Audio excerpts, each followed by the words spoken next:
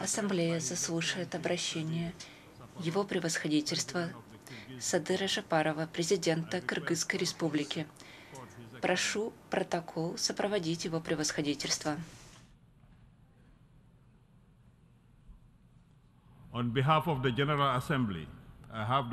От имени Генеральной Ассамблеи имею честь поприветствовать Его Превосходительство Садыра Жапарова, президента Кыргызстана. Предлагаю ему обратиться к Ассамблее.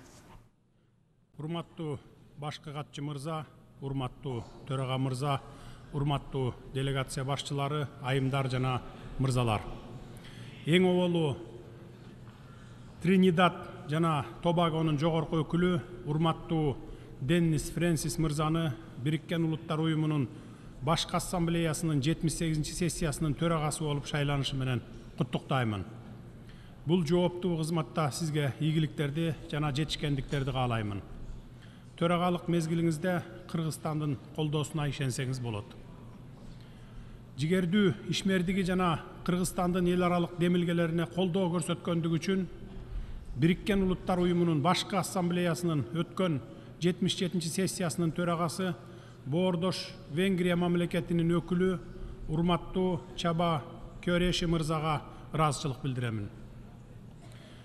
Урматтуу айымдар жана мырзалар, бүгүнкү күндө бүткүл аалам бурулуш учурунда турат.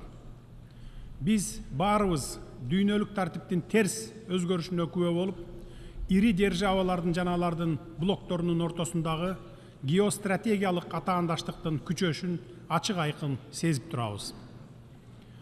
Геосаясий чыңалуу дүйнөнү регионалдык, субрегионалдык, финансылык, экономикалык блокторго жана тутумдарга бөлүп жарууга алып бара жатат. Ошондой эле ар кайсы өлкөлөрдүн өкмөттөрү экономикалык, технологиялык жана геосаясий тандоолорду жасоого аргасыз болору айдан ачык болуп турат. Дүйнөлүк масштабтагы соккулардын арасынан али жок болуп кете элек, миллиондогон адамдардын өмүрүн алган жана 12 триллион доллардан ашкан экономикалык жоготууларга себеп болгон коронавирус инфекциясынын жайылышын белгилегим келет. Инфляциянын эң жогорку деңгээли байкалып, азык-түлүктүн баасы дүйнө жүзү акыркы 60 жылдан бери көрелек көрсөткүчкө чыкты. Геоэкономикалык фрагментация тобокелдиктери эл аралык валюта фондунун маалыматы боюнча дүйнөлүк ички дүң өнүмдүн 7%-га төмөндөшүнө алып келиши мүмкүн. Өлкөлөрдүн жана өлкөлөрдүн топторунун ортосундагы ишенимдин төмөндөшү кооптондурат. Ошентсе да климаттык кризис, азык-түлүк коопсуздугунун коркунучу жана өсүп жаткан теңсиздик сыяктуу глобалдык чакырыктар жана тобокелдиктер тескерисинче эл аралык коомчулуктун мүчөлөрүн бириктирет деп ишенем. Дүйнөдөгү геосаясий ландшафттын андан ары бытырашына жол бербеген көп тараптуу системаны куруу өтө зарыл. Мындан 78 жыл мурун Бириккен Улуттар Уюму адамзат тарыхындагы эң кандуу жана кыйратуучу согуштан кийин жаңы гана ишин баштаганда эл аралык шарттар азыркы күндөргө караганда жеңилирээк беле деген суроо туулат. Же андан карама каршылыктар айрыкча саясий жана идеологиялык азыркыга караганда анчалык курч эмес беле. Мүчө мамлекеттердин бири-бирин угуусуна жана пикир келишпестиктерди жоюуга, диалогду жөнгө салууга эмне тоскоолдук болууда?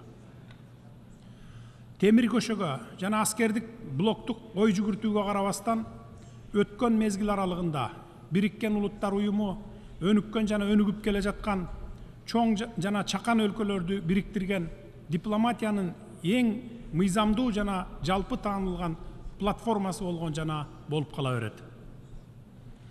Кыргызстан адамзаттын алдында тынымсыз пайда болуучу чакырыктарды чечүүгө уюмга мүчө болгон бардык мамлекеттер тарабынан ыйгарым укук берилген жалгыз универсалдуу түзүм катары Бириккен Улуттар Уюмун чечкиндүү колдойт.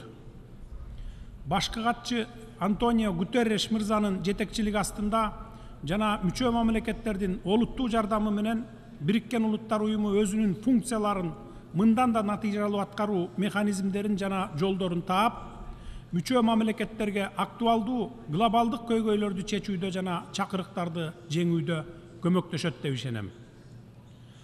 2030 күн тартибин ишке ашыруу аркылуу туруктуу өнүгүүнү камсыздоо ишинде бул өзгөчө маанилүү. Бардык мүчө мамлекеттерди ушундай катаал учурда уюмга жана анын башкы катчысына ар тараптуу саясий колдоо көрсөтүүгө чакырып кетет элем. Бириккен Улуттар уюмунун башкы катчысына коопсуздук жаатында көп тараптуу кызматташтыктын келечеги тууралуу көз карашы менен дүйнө үчүн жаңы күн тартиби аттуу аналитикалык кат үчүн ыраазычылык билдиремин. Жаңы көп тараптуулуктун кыймылдаткыч күчү дипломатия болушу керек деген негизги тезиске биз толук кошулабыз. 2024 жылы Келечек саммитинин жүрүшүндө Келечек пактын иштеп чыгуу боюнча биргеликте жигердүү иштөөгө биз даярбыз. Урматтуу айымдар жана мырзалар, Борбордук Азия тууралуу сөз кылсак, төмөнкүлөрдү белгилеп кетким келет. Биз Борбордук Азиянын тектеш элдеринин өкүлдөрү, 1000 жылдык тарыхыбыз жана маданиятыбыз менен сыймыктанабыз. Биздин каада салттарыбыз менен үрп адаттарыбыз окшош. Менталитет, психология жана дүйнөгө болгон көз караштарыбыз жагынан дагы бизди көп нерселер бириктирип турат. Орун алып жаткан глобалдуу процесстер бир жагынан Борбордук Азия регионундагы стабилдүүлүккө жана коопсуздукка түздөн түз таасир этсе, экинчи жагынан анын ролун жана маанисин күчөтүп жатат. Региондун өлкөлөрү менен мамилелерди чыңдоо биздин өлкө үчүн эң жогорку приоритет. Акыркы жылдары Борбордук Азияда регионалдык өз ара аракеттенүү бардык багыттар боюнча ырааттуу өнүгүп жаткандыгын канааттануу менен белгилеймин. Мен биздин аймакты экономикалык кызматташуунун жана өз ара аракеттенүүнүн бардык формалары ийгиликтүү түзүлгөн бирдиктүү геоэкономикалык мейкиндик катары көрөмүн. Мен биздин аймакты эл аралык коомчулуктун мүчөлөрүнө өз ара аракеттенүүсүнө жана кызматташуусуна өз салымын кошкон геосаясий ортомчу катары көрөмүн. Мен биздин аймакты окшош маданий, тарыхый жана салттуу баалуулуктарды туткан жана колдогон жигердүү өз ара аракеттенип жана динамикалуу түрдө өнүгүп жаткан коомдор катары көрөмүн. Кыргызстан аймактык кооперацияны күчөтүүгө өз салымын кошууга, кызматташтыктын жаңы натыйжалуу форматтарын табууга жана ошондой эле учурда эки тараптуу жана көп тараптуу форматтарда ар кандай дүйнөлүк таасир борборлору менен активдүү өз ара аракеттенүүгө ниеттенет. Толук кандуу регионалдык интеграцияга карай жолдо мамлекеттик чек араларды, юридикалык тариздөө маселелерин чечүү зарыл. Туура бир жыл мурда ушул трибунадан чыгып сүйлөп жатып, өткөн жылдын сентябрь айында Кыргыз-Тажик чек арасындагы куралдуу кагылышууларга байланыштуу болгон кайгылуу окуялар тууралуу жүрөгүм сыздап кабарлаган элем. Тынчтыкты сүйгөн элибиздин сабырдуулугунун жана эки өлкөнүн саясий эркинин аркасында биз чыр-чатактын андан ары ырбап кетишине жол бербей, аймактагы кандуу согушту токтото алдык. Ушуга байланыштуу Кыргызстан талаш маселелерди аймактык бүтүндүк, күч колдонбоо же күчтү колдонуу менен коркутпоо сыяктуу эл аралык укуктук принциптеринин жана ченемдеринин негизинде тынчтык жолу менен гана чечүүнү жактап келгенин баса белгилегим келет. Биз эч качан бөтөн жерди басып алууга умтулган эмеспиз, бирок эч кимге өз жерибизди тартып алууга жол бербейбиз. Биз ар дайым диалог курууга жана региондо ишеним менен өз ара урматтоого негизделген өз ара алгылыктуу чечимдерди издөөгө умтулабыз. Былтыр декабрь айында дээрлик 30 жылдык сүйлөшүүлөрдөн кийин биз Өзбекстан менен мамлекеттик чек араны юридикалык тариздөө боюнча келишимге кол койдук. Эки мамлекеттин башчыларынын саясий эркинин аркасында жетишилген бул тарыхый чечим эки өлкөнүн жана элдердин ортосундагы өз ара пайдалуу кызматташтыгына жана тынчтыкта жанаша жашоосуна кеңири перспективаларды ачты. Биз башка өлкөлөр менен сүйлөшүүлөрдө дал ушундай мамилени карманабыз. Биз бардык кошуналарыбыз менен тынчтыкта, ынтымакта жана достукта жашагыбыз келет. Борбордук Азиядагы коопсуздук жана туруктуулук жөнүндө сөз кылсак, аларды Афганистандагы кырдаалдын өңүтүндө кароо керекпиз. Афганистандын эли бул өлкөдөгү кырдаалга карата дүйнөлүк коомчулуктун макулдашылган позициясынын жоктугу менен олуттуу кыйынчылыктарга туш болуп жаткандыгын эл аралык коомчулукка эскертип коюш өтө маанилүү деп эсептеймин. Эгерде мен Афганистанга жакынкы региондордун гана эмес, бүткүл дүйнөлүк коомчулуктун коопсуздугуна таасир эте турган гуманитардык кризис коркунучу бар деп айтсам жаңылышпаймын. Кыргызстан Афганистандын тынч, туруктуу жана бакубат жашоосуна кызыктар. Биз эл аралык коомчулукту Афган элине гуманитардык жана экономикалык жардам көрсөтүүнү улантууга чакырабыз. Урматтуу айымдар жана мырзалар, кече Бириккен Улуттар Уюмунун туруктуу өнүгүү максаттары боюнча саммит аяктады. Ал туруктуу өнүгүүгө кыйшайуусуз жетишүүнүн маанилүүлүгүн дагы бир ирет тастыктады. Ошондой эле туруктуу өнүгүү максаттарды ишке ашыруудагы кемчиликтерди аныктап, мамлекеттердин конкреттүү милдеттенмелерин белгиледи. Биз Бириккен Улуттар Уюмунун бардык туруктуу өнүгүү максаттарын аткаруунун акыркы мөөнөтүнө 2030 жылга карай жолдун ортосундабыз. Кыргызстан туруктуу өнүгүү максаттарды ишке ашыруу боюнча Бириккен Улуттар Уюмуна мүчө болгон 166 мамлекеттин ичинен 45-чи орунду ээледи. Туруктуу өнүгүү максаттарды аткаруу боюнча 30 мыкты өлкөнүн катарына биз 2030 жылга чейин кирүүгө умтулабыз. Эл аралык коомчулук жаңы дем берип, аларга жетүү үчүн тилектештикти күчөтүшү керек.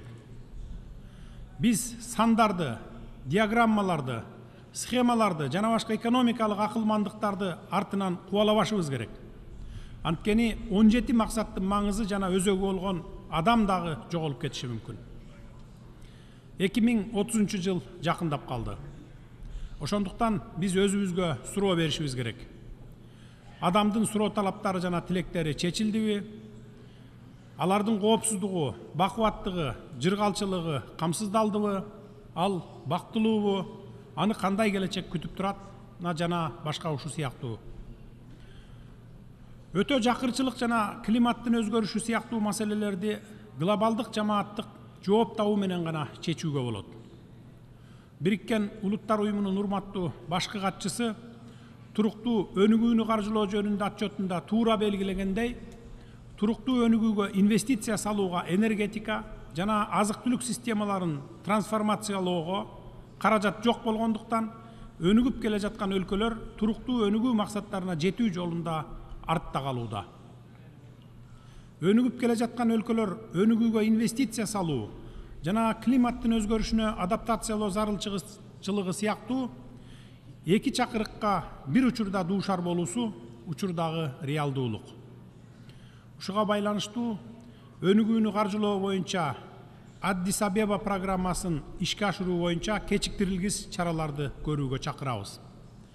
Атап айтканда, климаттын өзгөрүшүнө байланыштуу жоготуулардын жана зыяндын ордун толтуруу, тышкы карыздардын жүгүн жеңилдетүү жана карыздарды жөнгө салуунун эл аралык архитектурасын өркүндөтүү үчүн фондду тез арада ишке киргизүү зарыл. Урматтуу айымдар жана мырзалар, мурунку саммиттерде жана климаттын өзгөрүшү боюнча конференцияларда амбициялуу билдирүүлөр жана убадалар берилген. Париж келишиминин алкагында 2015 жылы жарыяланган жыл сайынкы каржылоо деңгээли бүгүнкү күндө жетишсиз. Климаттык өзгөрүүлөргө аярлуу өлкөлөрдүн реалдуу муктаждыктарына жооп берген каржылоо деңгээлин олуттуу көбөйтүү жагына кайра карап чыгуу зарыл деп эсептейбиз. Дагы бир көйгөй, бул климаттык каржылоонун олуттуу бөлүгү кирешеси төмөн жана орто болгон өлкөлөргө насыя түрүндө берилет. 1 миллион же 1 миллиард долларлык долбоорлорго насыя берүү жол жоболорунда эч кандай айырмачылык жок. Бул климаттык келишимдердин маңызын жана максаттарын жокко чыгарат. Мен биздин өнөктөштөргө тышкы карызыбызды экологиялык долбоорлорго алмаштыруу өтүнүчү менен кайрылгам. Бирок тилекке каршы көптөгөн өнүккөн өлкөлөрдөн жооп ала алган жокпуз. Бир гана Германия өкмөтү көңүл буруп 15 миллион евро карызын жойду. Мүмкүнчүлүктөн пайдаланып Германия тарапка ыраазычылык билдиремин. Донорлорду муктаж болгон өлкөлөргө климаттык каржылоону гранттык негизде берүү маселесин карап чыгууга чакырамын. Шарм-эль-Шейхте өткөн акыркы климаттык конференцияда сунушталган Бриджтаун демилгесин, ошондой эле үстүбүздөгү жылдын июнь айында Парижде өткөн глобалдык каржылоо саммитиндеги керектүү каржылоону мобилизациялоо жана эл аралык каржы архитектурасын структуралык реформалоо жөнүндө чакырыктарды биз колдойбуз. Эгерде биз муну азыр баштабасак, анда дүйнөдө адилетсиздик күчөйө берет. Байлар байыгандан байып, жакырлар андан дагы жакырлана берет. Урматтуу айымдар жана мырзалар, глобалдык климаттын өзгөрүшүнө байланыштуу тоолуу аймактар өзгөчө аярлуу болуп калды. Биздин өлкөдө тоолор аймактын 94%-ын ээлейт. Тоо мөңгүлөрү жердин криосферасынын ажырагыс бөлүгү болуп саналат. Алар биздин планетанын климатына гана таасир этпестен, флора жана фауна үчүн жашоо чөйрөсүн камсыз кылат, адамдарды суу менен камсыз кылат. Борбордук Азиядагы климаттык өзгөрүүлөр мөңгүлөрдүн эришине алып келди. Эгерде мурда Кыргызстандагы мөңгүлөрдүн аянты 2050-жылга чейин жарымына кыскарып, 2100-жылга чейин алар таптакыр жок болуп кетиши мүмкүн деп болжолдонсо, эми бул процесс мындан дагы тез болот деп айтканга негиз пайда болууда. Мындай жагдай бүткүл региондо көйгөйлөрдүн күчөшүнө алып келүүдө, ичүү жана айыл чарба үчүн суу жетишпей, кыртыш деградацияланып, азык-түлүк коопсуздугуна коркунуч жаралууда.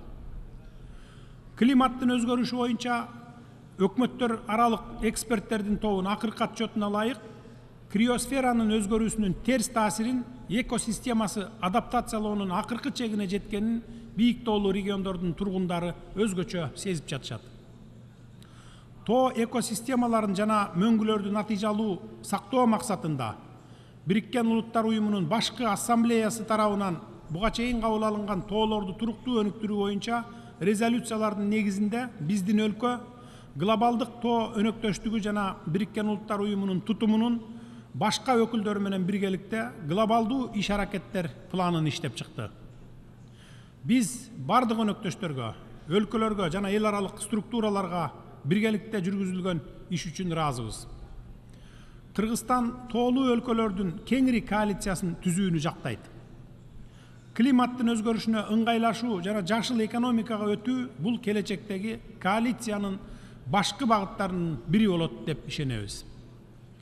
Белгилүү болгондой, 2022-жылы биздин өлкөнүн жана Италия Республикасынын демилгеси менен Бириккен Улуттар Уюмунун башкы ассамблеясынын тоолорду туруктуу өнүктүрүү резолюциясы бир добуштан кабыл алынып, ага 110 мүчө мамлекет биргелешип автор болду. Бул документ 2023-2027 жылдары тоолуу аймактарды өнүктүрүү боюнча иш-аракеттердин 5 жылдыгы деп жарыяланды. Мүмкүнчүлүктөн пайдаланып, биздин демилгени колдогондугу үчүн Бириккен Улуттар Уюмунун бардык мүчө мамлекеттерине терең ыраазычылык билдиремин. Бириккен Улуттар Уюмунун резолюциясын андан ары ишке ашыруу максатында Кыргыз Республикасында 2023-2027 жылдар мезгилин тоолуу аймактарды өнүктүрүү боюнча иш-аракеттердин 5 жылдыгы деп жарыялоо жөнүндө жарлыкка кол койдум. Ошондой эле 2023-2027 жылдар мезгилине тоолуу аймактарды өнүктүрүү боюнча иш-аракеттердин 5 жылдыгын ишке ашыруу боюнча улуттук жол картасы иштелип чыкты, ал жакын арада кабыл алынат. Жол картасы өзүнө глобалдык, регионалдык жана улуттук масштабтагы иш-чараларды, анын ичинде туруктуу өнүктүрүү максаттары боюнча учурда иштеп жаткан жана келечектүү долбоорлордун алкагында иш-чараларды камтыйт. Тоо 5 жылдыгынын жыйынтыктоо четабы катары биз Кыргызстанда 2027 жылы биринчи саммиттен 25 жыл өткөндөн кийин Бишкек плюс 25 экинчи глобалдык тоо саммитин өткөрүүнү пландаштырып жатабыз. Ушул бийик трибунада туруп, баарыңыздарды жигердүү катышууга, тоо экосистемаларын сактоо үчүн конкреттүү салым кошууга чакырамын. Биз тоолуу өлкөлөрдүн достор тобундагы өнөктөштөрүбүзгө, глобалдуу тоо өнөктөштүктөгү досторубузга жана Бириккен Улуттар Уюмунун бүткүл системасына Кыргызстандын демилгелерин ар тараптан колдогон үчүн ыраазычылык билдиребиз. Мындан ары да биргелешкен жемиштүү кызматташууга даяр экендигибизди билдиребиз.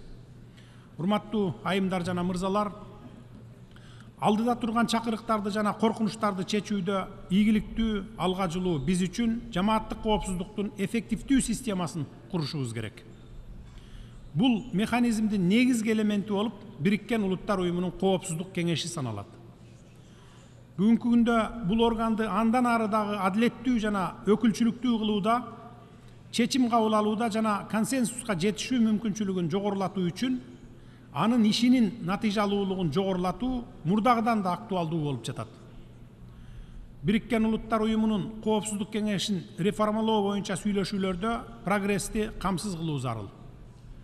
Кыргызстан тынчтыкты натыйжалуу куруу, адам укуктарын урматтоо жана аялдардын тынчтык процесстерине бирдей катышуусу өнүгүп келе жаткан чакан, аз өнүккөн жана чакан арал өлкөлөрүнүн кызыкчылыктарын жылдыруу жана коргоо аркылуу тынчтыкты жана коопсуздукту сактоого өз салымын кошууга даяр экенин билдирет. Биз 2027-2028 жылдарга Бириккен Улуттар Уюмунун коопсуздук кеңешинин туруктуу эмес мүчөлүгүнө өз талапкерлигибизди көрсөттүк жана урматтуу мүчө мамлекеттерден колдоо күтөбүз. Мамлекеттер ортосундагы мамилелерде ишеним, тилектештик жана универсалдуулук сыяктуу принциптерди баарыбыз сакташыбыз керек. Ушундай гана жол менен биз глобалдык жана аймактык коопсуздук пайдубалын өз калыбына келтире алабыз. Урматтуу төрага мырза, кымбаттуу достор, бүгүнкү күндүн оорчулугу жана көйгөйлөрү жөнүндө сөз кылып жатып, залкар мекендешибиз Жусуп Баласагындын 1200 жыл мурда айткан насаатын келтирейин. Биздин дүйнө ушундай, чындыктын дарбазасын ачуу үчүн анын маңызына жет деген экен. Андан бери жер жүзүндө эч нерсе деле өзгөргөн жок. Дүйнөнүн ар түрдүүлүгү жана татаалдыгы кандай болсо, ошондой кабыл алуубуз керек.